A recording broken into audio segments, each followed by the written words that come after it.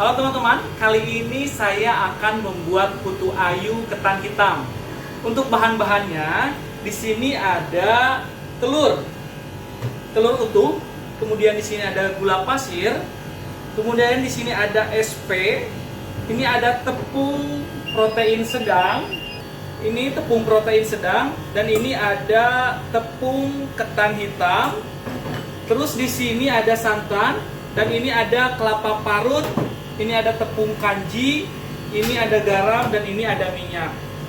Untuk pertama kali kita lakukan moles dulu cetakan, lalu kemudian ini tepung kanji dimasukkan ke dalam kelapa parut. Fungsinya buat apa? Sebagai pengikat. Jadi nanti pas dibuka si kelapanya tidak belepetan atau tidak berpisah dari cetakan atau sama adonannya satu sama lain.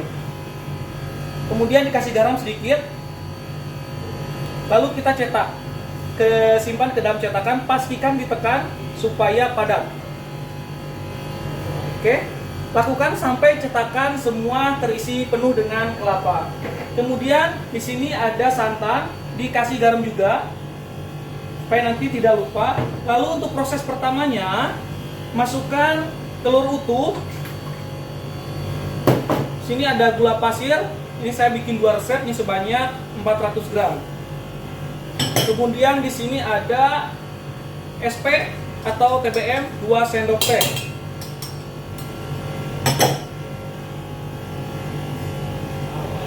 Lalu kita masukkan vanili cair atau boleh dengan vanili bubuk 2 bungkus atau 1 bungkus. Secukupnya. Lalu kita mixer sampai putih kental berjejak. Pastikan menggunakan balon whisk karena kita di sini sudah tidak ada balon whisknya, jadi sudah tidak bisa digunakan lagi. Jadi terpaksa pakainya pedal. Kan dengan menggunakan gigi atau speed yang rendah. Apabila nanti sudah tercampur rata, baru kita speednya dinaikkan. Aduk terus sampai semua adonan mengembang dengan menggunakan speed yang tinggi. Apabila nanti sudah mengembang, kita masukkan secara bertahap tepung terigu, tepung ketan hitam, pewarna hitam, dan santan cair. Apabila sudah mengembang, kita kecilkan atau turunkan speednya, atau boleh kita matikan. Lalu kemudian kita masukkan terigu sedikit demi sedikit. Boleh terigu, kemudian santan boleh, jadi supaya nanti si tepungnya tidak menggumpal. Kemudian juga masukkan sedikit demi sedikit tepung ketannya. Kalau misalkan mau dimatikan, diaduk dengan menggunakan spatula juga boleh. Supaya tercampur rata, boleh menggunakan speednya dengan speed yang paling rendah.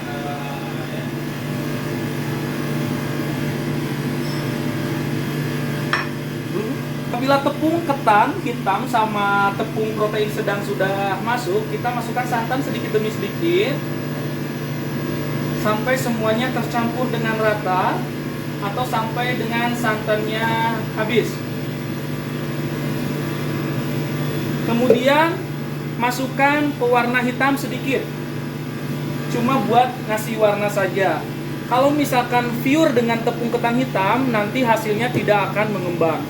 Apabila sudah tercampur rata, kita matikan, lalu siap dimasukkan ke dalam piping bag. Apabila sudah diangkat dari mixer atau mixer sudah dimatikan, kita pastikan aduk lagi supaya tidak ada tepung yang menggumpal di bawah. Kemudian kita masukkan ke dalam piping bag atau plastik segitiga.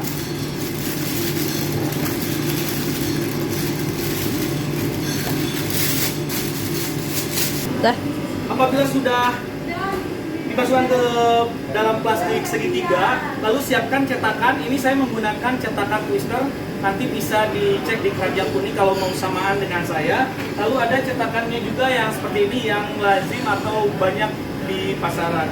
Kita lakukan pengisian sampai penuh, kalau enggak 3/4-nya, supaya nanti hasilnya bagus, maksimal. Lakukan sampai semua cetakan terisi. Lalu jangan lupa pastikan dulu kukusan sudah dipanaskan. Supaya, kenapa? Nanti pas kukus, langsung si adonannya masuk langsung dia berproses mengembang. Kalau terlalu lama atau menunggu dulu kukusannya panas, nanti si adonannya bisa turun lagi. Dan pastikan si cetakan sudah diisi dengan kelapa yang sudah dimasukkan ke dalam cetakan supaya nanti kita menunggu adonan masuk ke dalam cetakan.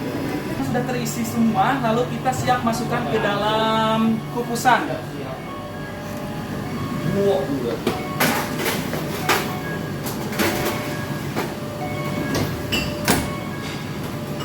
Kita kasih waktu 15 sampai 20 menit. 15 dulu.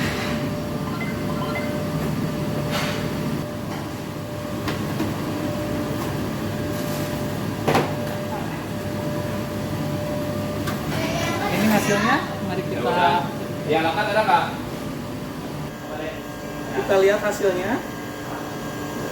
Ini hasilnya, warnanya juga tidak terlalu hitam dan tidak terlalu pucat. Jadi kita menggunakan pewarna hitam sedikit sama tepung ketannya. Untuk resepnya nanti saya cantumkan di caption. Dan untuk cetakannya juga kalau mau yang kemarin nanti saya disematkan di keranjang kuning. Terima kasih, selamat mencoba.